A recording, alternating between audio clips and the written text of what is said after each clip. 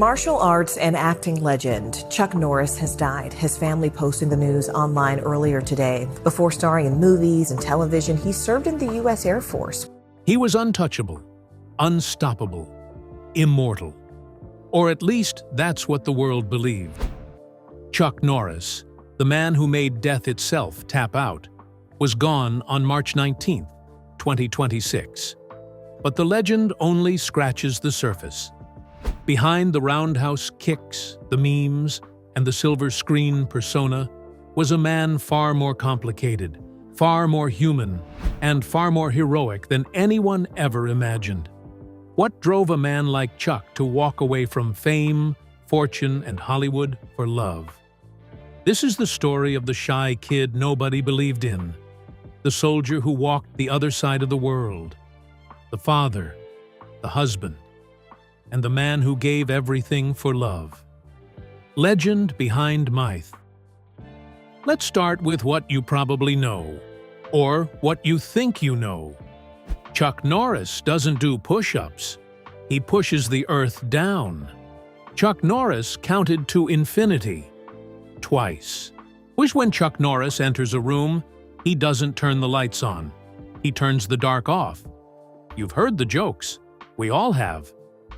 Starting around 2005, Chuck Norris facts. Chuck, I don't know where people came across this. It is the Chuck Norris facts. Became one of the internet's first truly viral phenomena. Not a hashtag, not a trend, a full-blown cultural movement. They spread across forums, chain text messages, college dorm whiteboards, and eventually every corner of the globe.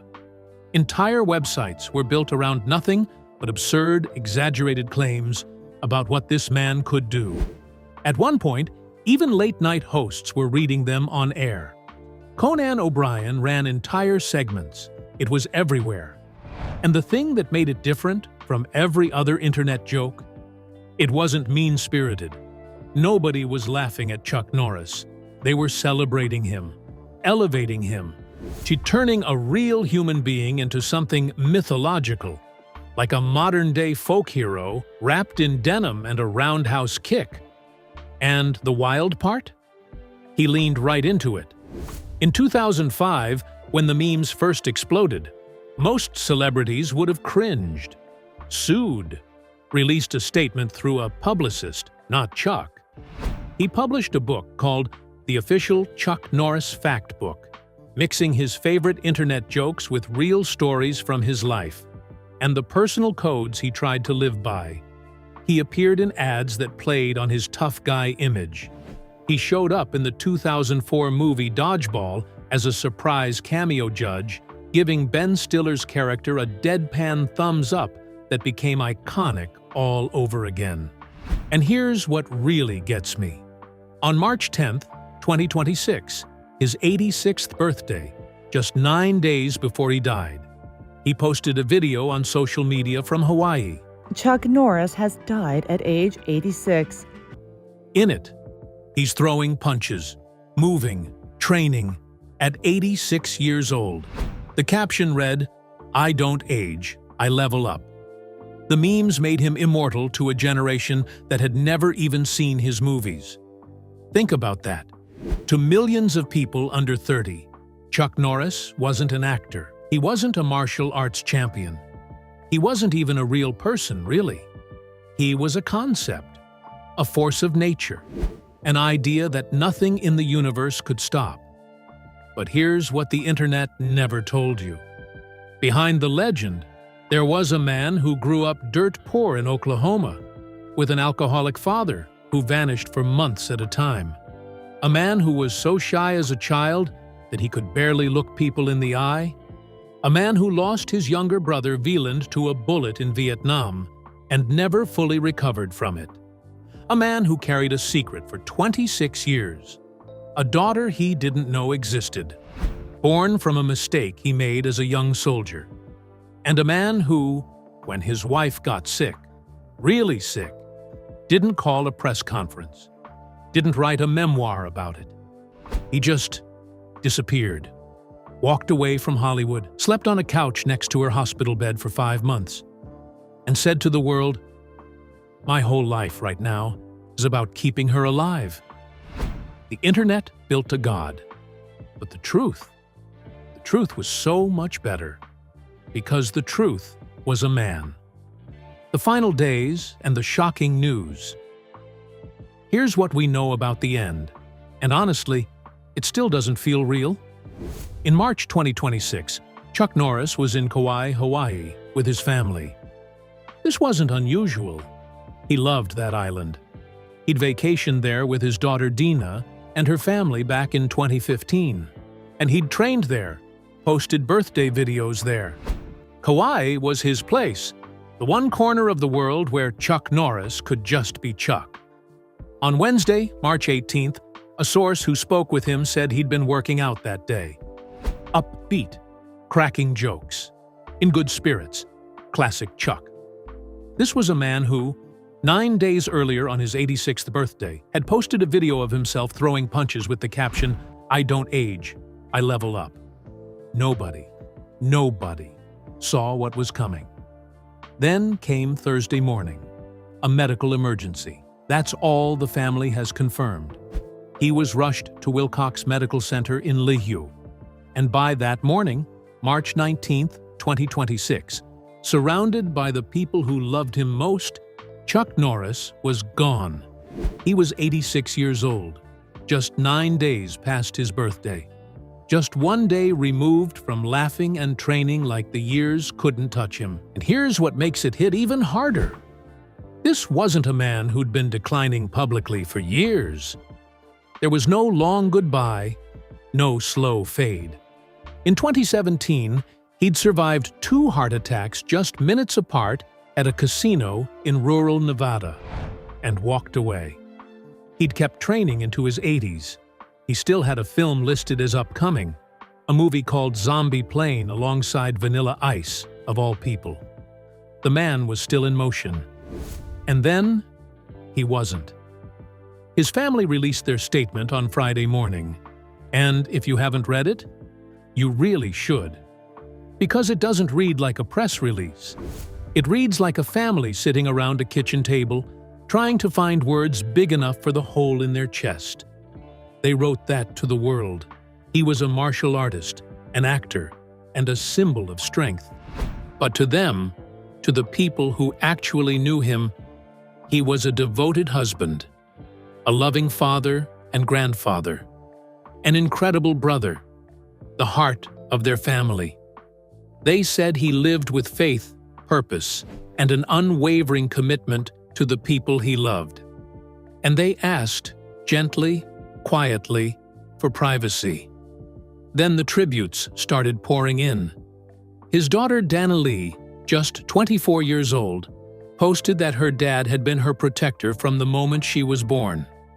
She wrote, His daughter Danny Lee writes in part alongside photos of her father, "As soon as he took me in his arms, I've been his little girl." His son Dakota said he'd looked up to his father his whole life. Not for the fame, not for the toughness, but for his generosity, his kindness, his discipline, and his faith in the Lord. Now let me ask you something, and really think about this. When was the last time you heard an action star's children describe their father that way? Not as tough, not as famous, not as a box office number or a cultural icon, but as kind, as present, as faithful, as the man who held them when they were small and never stopped. That tells you something, doesn't it?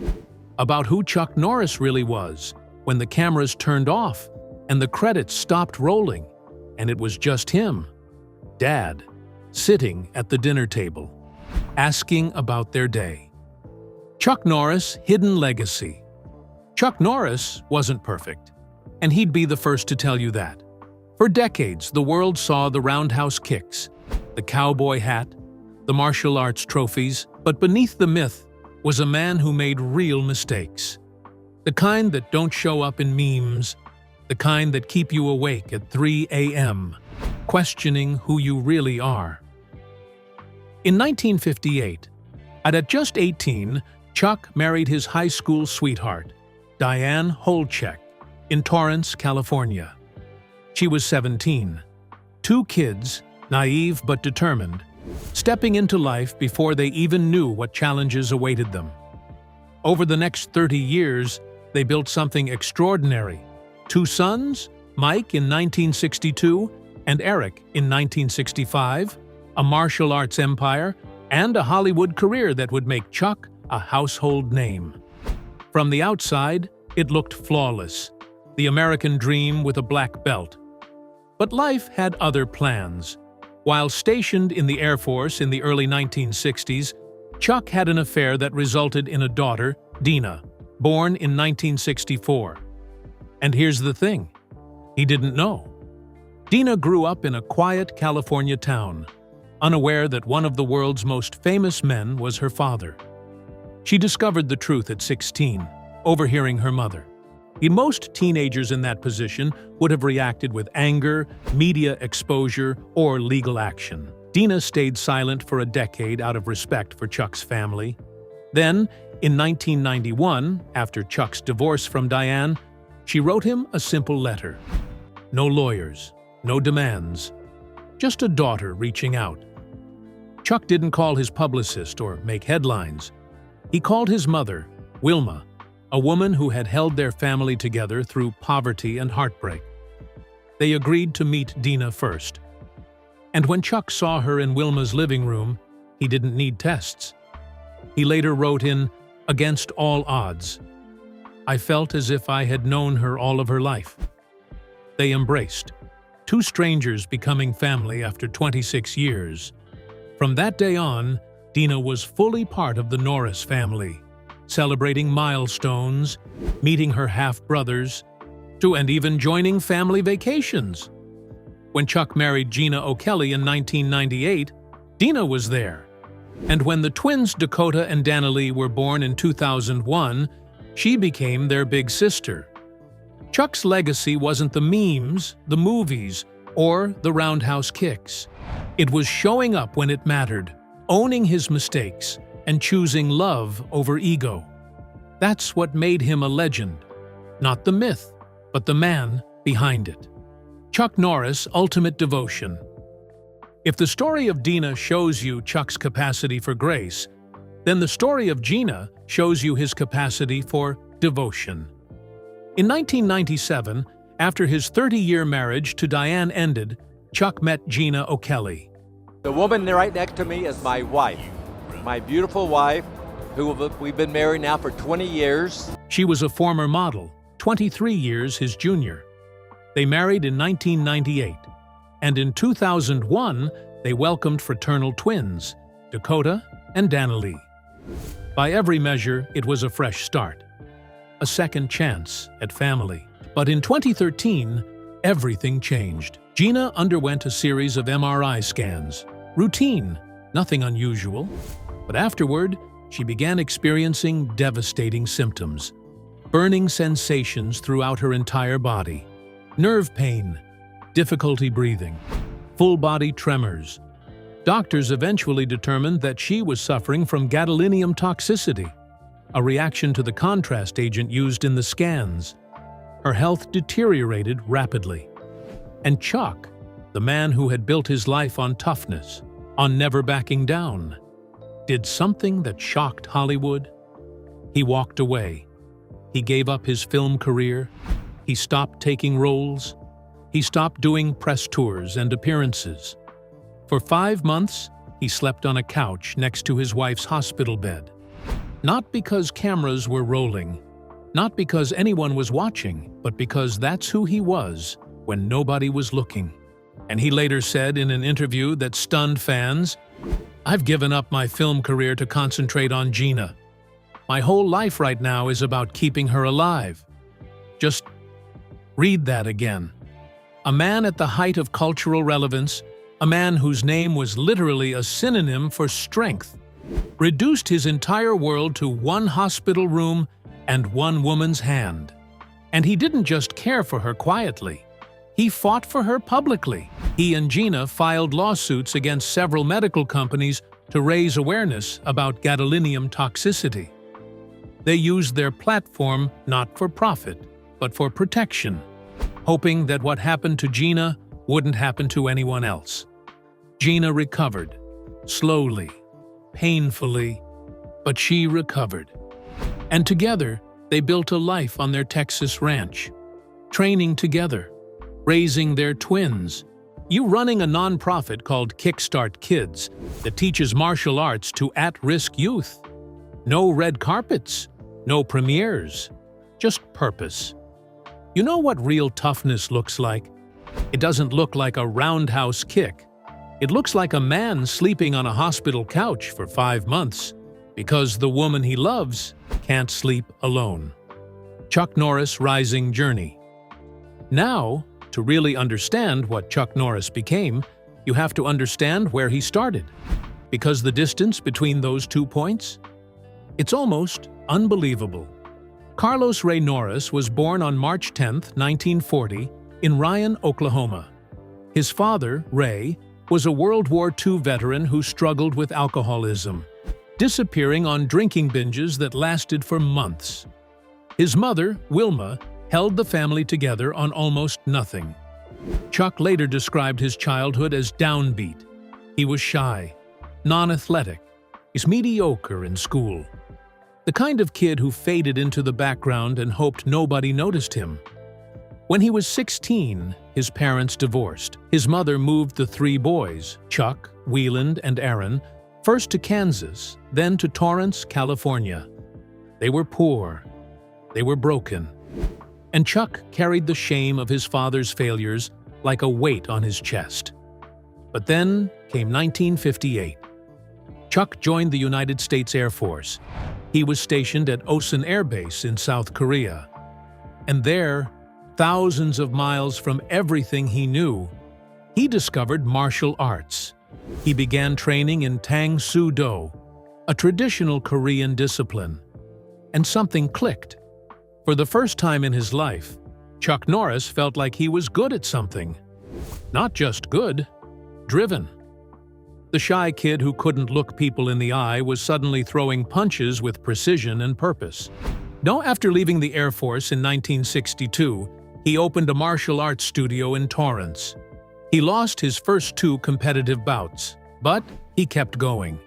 He trained harder, he fought smarter, and within a few years, he became a 6-time undefeated world professional middleweight karate champion. He eventually held black belts in karate, taekwondo, Tang Soo Do, Brazilian jiu-jitsu, and judo.